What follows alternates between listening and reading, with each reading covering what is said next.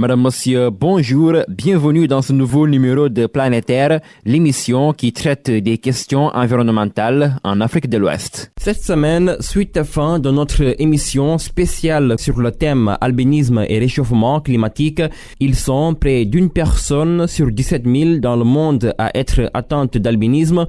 Ce taux est généralement plus élevé sur le continent africain d'après les statistiques. En collaboration avec le réseau africain de l'albinisme, nous verrons comment et pourquoi cette maladie est classée parmi les maladies écologiques. Nous verrons également comment vivent les personnes atteintes d'albinisme sur le continent africain. Pour en parler, nous serons avec Kwame Andrew Daklo, responsable du plaidoyer au sein du réseau africain de l'albinisme. Nous allons aussi en parler avec Ami Maïga, présidente de l'association malienne pour la protection des personnes atteintes d'albinos. Planétaire, le futur de l'environnement commence ici et maintenant. Bonjour à toutes et à tous et soyez les bienvenus.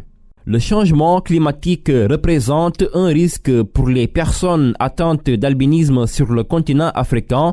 Dans un rapport conjoint, l'ONU et l'Union africaine estiment que les phénomènes climatiques comme la déforestation ont un impact direct sur les personnes atteintes d'albinisme. 90% parmi elles perdent la vie avant l'âge de 30 ans à cause des phénomènes climatiques, estiment des associations de personnes albinos. Aliou Thiam nous donne plus d'explications. La disparition du couvert végétal en Afrique expose davantage les personnes atteintes d'albinisme aux rayons nocifs du soleil. Ces personnes travaillent bien souvent à l'extérieur, selon le rapport 2023 de l'ONU et de l'Union africaine, car elles abandonnent très tôt l'école en raison de l'absence d'aménagement raisonnable et des brimades qu'elles subissent. Selon les documents, la majorité des personnes albinos mènent un mode de vie en plein air, ce qui augmente l'impact du changement climatique sur elles. D'après des organisations regroupant des personnes vivant avec la maladie, le manque de soutien sanitaire accroît aussi le taux de mortalité dû au cancer de la peau. Les personnes atteintes d'albinisme restent d'autant plus vulnérables du fait de la non-distribution de crème solaire dans la liste nationale des médicaments dans plusieurs pays africains. Ainsi, un certain nombre de défis doivent être relevés pour empêcher les personnes vivant avec l'albinisme d'être frappées par le réchauffement, notamment les considérer comme des personnes à risque d'un discours sur le climat mondial, mais aussi de les inclure dans les discussions sur le handicap et le changement climatique, surtout lors des prochaines COP. Parmi les recommandations aussi, adopter des stratégies nationales pour la réalisation de l'objectif de développement durable 13, à savoir prendre des mesures urgentes pour lutter contre le changement climatique et ses effets. Aliou Thiam, merci. Écoutons à présent le témoignage de Laïla, une jeune fille atteinte d'albinisme et qui a vu ses études être compromises. Pour moi et pour de nombreuses personnes atteintes d'albinisme en Afrique, notre droit à l'éducation est une question de vie ou de mort, parce que l'albinisme provoque une déficience visuelle. Nous avons besoin d'aménagements raisonnables et de soutien pour accéder à l'éducation. Sans éducation, les personnes atteintes d'albinisme finissent par travailler à l'extérieur où les rayons nocifs du soleil provoquent des cancers de la peau. Les faibles taux d'éducation et le changement climatique sont quelques raisons pour lesquelles le cancer de la peau est la première cause de décès chez les personnes atteintes d'albinisme. Alors que le changement climatique s'aggrave et que les rayons UV nocifs augmentent en Afrique, nous demandons le soutien de notre gouvernement pour garantir des aménagements raisonnables. We ask for support from our government to ensure reasonable accommodation in schools. Et vous venez d'écouter le témoignage de Laïla, une jeune fille atteinte d'albinisme et qui a vu ses études être compromises. L'albinisme, il faut encore le rappeler, est une maladie rare, non transmissible et héréditaire. Au Mali, l'association malienne pour la protection des personnes albinos s'organise pour sensibiliser sur les effets du changement climatique sur ces personnes.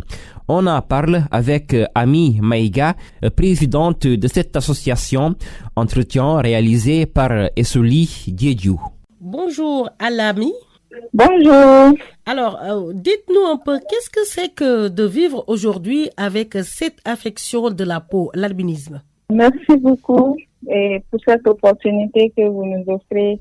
Et vivre avec l'albinisme, c'est vivre tout étant protégé, en se protégeant, en restant des fois caché, parce que l'albinisme, n'ayant pas beaucoup d'informations dans le passé, les gens ont fondé beaucoup de croyances qui est erronées autour. Donc, ces croyances sont les causes de plusieurs discriminations, plusieurs maux dont les personnes atteintes d'albinisme font face. Donc, c'est vivre étant caché, vivre toujours en essayant d'avoir une solution pour comment se protéger la peau afin d'éviter les maladies qui sont liées à l'albinisme, les maladies liées à la peau. Aussi vivre toujours en pensant à comment je vais faire pour pouvoir mieux voir du jour au jour, parce que l'albinisme, c'est une anomalie génétique qui est causée par le manque ou le déficit de production de la mélanine dans le sang. Donc l'absence de cette mélanine qui est considérée comme le colorant de la peau et des yeux affecte les yeux, ce qui rend la personne atteinte d'albinisme des déficiences visuelles. Donc vivre avec l'albinisme, c'est vraiment chaque jour réfléchir à comment faire pour pouvoir s'exposer au soleil, comment faire pour pouvoir mieux voir. Voilà. Et donc, des défis au quotidien. Voilà, beaucoup de défis au quotidien, beaucoup de défis, c'est-à-dire faire face à ces discriminations et faire par ses parents des fois, faire par son voisinage, par les autres communautés. Ami Maïga, comment votre vie côté santé est affectée par cette maladie, l'albinisme? Comment votre vie côté santé en est affectée? Avec l'absence de la mélanine, la vision, elle n'est pas nette, elle n'est pas comme elle doit l'être, parce que l'acuité visuelle, elle est de 10 sur 10. Mais à cause du manque de mélanine, la personne atteinte d'albinisme a une acuité visuelle de 1 sur 10. Donc, côté santé, nous souffrons d'une myopie incurable. Même quand nous utilisons les lunettes corrigées, même avec des protections et trucs photochroniques, anti-reflets photochroniques, ça peut améliorer la vision, mais ça ne rend pas la vision comme il se doit. Voilà, donc côté santé, nous souffrons de la myopie incurable, nous souffrons des démangeaisons de la peau. La peau, elle est fragilisée, des fois elle est tachetée à cause d'effets néfastes des rayons UV. Et nous savons que le Mali, c'est un pays qui a une température allant des fois jusqu'à 46 degrés, avec des canicules pas croyables. Donc, la peau est tachetée. Des fois, nous souffrons de petites plaies et récurrentes qui donnent lieu des fois au cancer de la peau. Cette maladie qui fait des ravages dans la communauté des personnes atteintes d'albinisme. Moi, actuellement, je souffre d'une myopie incurable. J'ai une correction de moins 10 à moins 4. Donc, je peux pas me déplacer sans lunettes corrigées. Et ça, c'est depuis mon enfance et je pense que ça, je vais vivre avec. Voilà. Et pour le côté peau, on se doit se protéger. On se protège quotidiennement avec les crèmes solaires, avec des produits connexes. Mais ça ne peut pas être comme la peau normale. Nous avons aussi certaines personnes qui souffrent des gouttes à cause du manque de mélanine. Certains ont des maladies liées aux os. Oui, en parlant un peu justement de ces problèmes de santé liés à l'albinisme, est-ce que par exemple dans votre cas, vous êtes donc poussé pratiquement tout le temps à vous rendre à l'hôpital, à avoir par exemple une boîte à pharmacie pour pouvoir vous en sortir? Personnellement, je me rends chaque année à l'hôpital à cause de la vision, parce que chaque année, mes lunettes doivent être renouvelées. Chaque année, chaque 12 mois, elles doivent être renouvelées. Et sur le plan social, vous en avez parlé un peu dans la première question. Comment êtes-vous vu dans la société, Ami Maïga? Sur le plan social, je l'ai dit depuis la base, c'est-à-dire certains parents même abandonnent leurs enfants. Et parce qu'ils n'acceptent pas le fait qu'ils aient la peau noire et que leurs enfants soient blancs. Actuellement, nous avons un bébé de 6 mois qui a été abandonné par son papa. Donc, certains pères renient la paternité de leurs enfants après la naissance. Et ensuite de cela, le voisinage, les parents proches, c'est-à-dire c'est toujours lié au mythe, parce que certains pensent qu'avoir un enfant atteint d'albinisme dans la famille est signe de malheur. Certains pensent que c'est signe de bonheur. Mais ceux qui pensent que c'est signe de bonheur, eux, c'est plus pour les crimes rituels. D'accord. Parce qu'ils utilisent les organes des personnes atteintes d'albinisme, le sang, d'où les cas d'assassinat. Et cette année, nous avons enregistré 3 cas d'assassinat et des crimes rituels et à l'endroit de 3 enfants atteints d'albinisme, 2 garçons et une fille. Voilà. Et c'est pour ça, tout à l'heure, vous disiez, vous êtes obligé de vivre caché, de vivre avec beaucoup de prudence quand vous sortez. Il faut être très prudent quand on sort. Il faut pas rôder dans la rue à certaines heures parce que toujours ces mythes sont ancrés et dans la compréhension des uns et des autres. Donc, ils croient à ces mythes-là.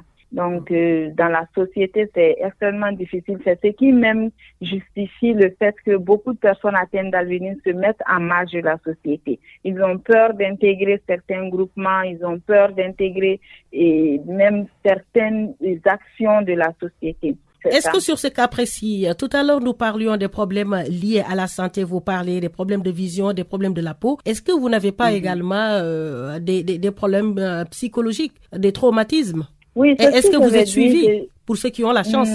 Non, on n'est pas suivi par rapport à ça parce que apparemment vous vivez dans la peur au quotidien.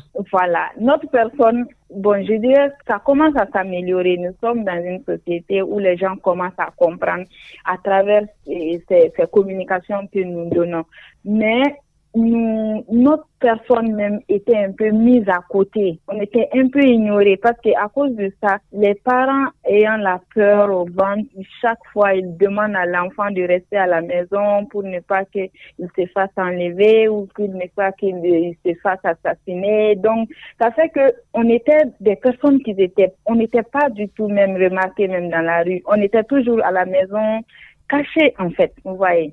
Donc ce plan-là, je dirais que ça ne fait pas partie des priorités vraiment de la société, quoi. D'accord. Est-ce que je dois comprendre par là, quand on parle de prise en charge, c'est plutôt la peau, les problèmes de vision, et les gens oublient un peu l'aspect psychologique. Psychologique, voilà. La peau, la vision, même la vision, ça ne fait pas partie des mesures prises par le gouvernement. Peut-être la peau, on a un partenaire, un laboratoire français qui soutient une organisation ici, qui soutient l'État, en quelque sorte, à pouvoir faire des crèmes solaires locales pour les personnes albinos du Mali. Et aussi, il y a un hôpital dermatologique qui a été mis en place dernièrement pour toutes les maladies, les affections de la peau, mais il y a aussi une cellule qui est spéciale pour l'albinisme. Merci beaucoup, Al-Ami Maïga. Merci. Et à présent, notre invité, Kwame Andrew Daklo, responsable du plaidoyer au sein du réseau africain de l'albinisme. D'abord, parlez-nous, Kwame Andrew Daklo, du réseau africain de l'albinisme. Pourquoi et quand il a été créé? The African Albinism Network was established somewhere in 2021. Le réseau africain de l'albinisme a été créé en 2021. Depuis 3 ans, nous avons mené nos activités et nous nous engageons dans les soutiens des pays africains pour adopter un plan d'action sur l'albinisme. In Africa to adopt the AU plan of action on albinism in Africa. So in our pilot stage, we supported. Dans notre approche, nous avons soutenu 8 pays, y compris le Togo, la Tanzanie, l'Afrique du Sud, l'Ouganda, la Zambie et le Kenya. Mais actuellement, notre travail a évolué. Nous intervenons au Ghana, à Madagascar, en Angola, et nous recevons des invitations de tous les pays de l'Afrique pour leur venir en soutien, afin qu'ils puissent développer des plans d'action sur l'albinisme en Afrique. Donc, notre travail continue d'évoluer. So our work keep expanding. Et pouvez-vous nous dire ce que l'Union africaine a dit sur l'albinisme et qu'est-ce que les autorités étatiques requièrent pour s'assurer que les personnes qui vivent avec l'albinisme reçoivent le soutien nécessaire? the African Union Plan of Action to End Attacks and Other Human Rights Violations. Le plan d'action de l'Union africaine sur l'albinisme en Afrique met l'accent sur les attaques et autres violations des droits humains qui frappent les personnes atteintes d'albinisme sur les continents. Mais à notre niveau, nous avons élaboré notre propre plan d'action spécifique avec de nombreuses mesures et actions visant à réduire au minimum ces violations. So the general disability framework is there, but as specific to albinism, the AU adopted this plan of action. En guise d'exemple, les attaques, la discrimination et d'autres violations des droits humains sont tous déterminés dans ces plans d'action. Mais en tout, il y a 4 piliers de ces plans d'action. Le premier, c'est la prévention. Le deuxième, c'est la protection. Le troisième, c'est la relevabilité. Et le quatrième, c'est l'égalité et la non-discrimination. Donc, tous ces piliers ont leurs propres résultats stratégiques et de nombreuses mesures à être implémentées pour s'assurer que les personnes avec l'albinisme sont protégées, que leurs droits sont promis et que tous leurs besoins sont fournis pour s'assurer qu'ils vivent adéquatement sans peur dans leur communauté. Their rights are promoted and all their needs are provided to ensure they live adequately without fear in their community. Et vous opérez en collaboration avec les Nations Unies. Pouvez-vous nous expliquer pourquoi l'ONU a choisi ces pays-là? Est-ce parce qu'ils ont un nombre plus élevé de personnes qui vivent avec l'albinisme? Basic criteria was the amount of physical attacks that are meted out to persons with albinism in these countries. Le nombre d'attaques visibles sur les personnes vivant avec l'albinisme sont nombreuses. Elles sont souvent taxées d'être dotées des croyances mystiques dans leur corps. Pour ces critères fondamentaux, que l'ONU intervient dans ces pays où ces pratiques sont plus visibles. Arms and other body parts for ritual purposes. So the basic criteria was to... Nous nous donnons pour objectif d'aller au-delà de ce pays et nous intéresser aux pays où l'on enregistre de moins d'attaques contre des personnes vivant avec l'albinisme. Par exemple, nous utilisons d'autres critères pour comprendre comment les personnes avec l'albinisme ne sont pas touchées par des attaques physiques comme dans les pays nord-africains. People with albinism are faring in countries that do not face necessarily physical attack as in the West African countries.